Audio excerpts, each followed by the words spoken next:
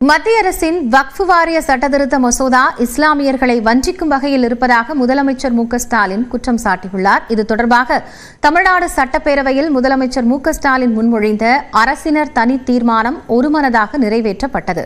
வக்ஃப் வாரிய சட்டத்திருத்த மசோதாவை மத்திய அரசு திரும்பப் பெறக்கோரி தமிழ்நாடு சட்டப்பேரவையில் அரசினர் தனி தீர்மானத்தை முதலமைச்சர் மு க ஸ்டாலின் முன்மொழிந்தார். அப்போது பேசிய அவர், அனைவரும் நாட்டு மக்கள் என்ற உணர்வோடு வாழ்ந்து வரும் நிலையில் பாஜக கூட்டணி அரசு உள்நோக்கத்துடன் செயல்படுவதாக குற்றம் சாட்டினார்.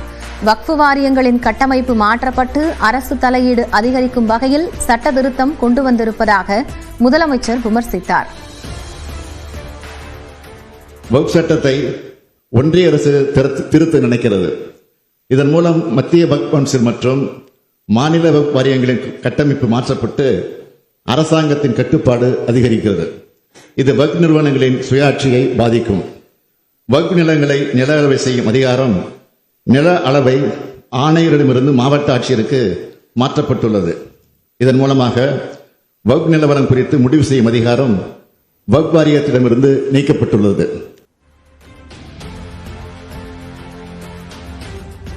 அனைத்து மக்களுக்கும் அவரவர் மதங்களை பின்பற்றுவதற்கு அரசியலமைப்பு சட்டம் வழங்கியுள்ள உரிமையை பேணி காக்கும் கடமை தேர்ந்தெடுக்கப்பட்ட அரசுகளுக்கு இருப்பதாக முதலமைச்சர் கூறினார். ஆனால் அதற்கு மாறாக சிறுபான்மையின இஸ்லாமிய மக்களை கடுமையாக பாதிக்கும் வகையில் கொண்டுவரப்பட்டுள்ள வக்ஃப் வாரிய திருத்த மசோதாவை திரும்பப் பெற வேண்டும் என்றும் அவர் வலியுறுத்தினார்.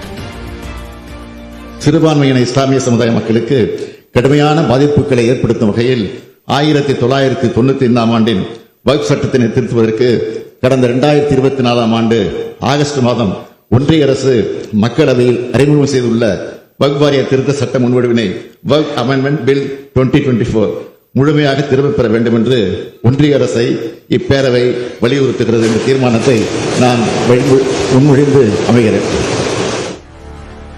வக்ஃப் வாரிய சட்ட திருத்தத்திற்கு எதிராக நாடாளுமன்றத்தில் திமுக தொடர்ந்து குரல் எழுப்பியதாகவும் முதலமைச்சர் குறிப்பிட்டார்.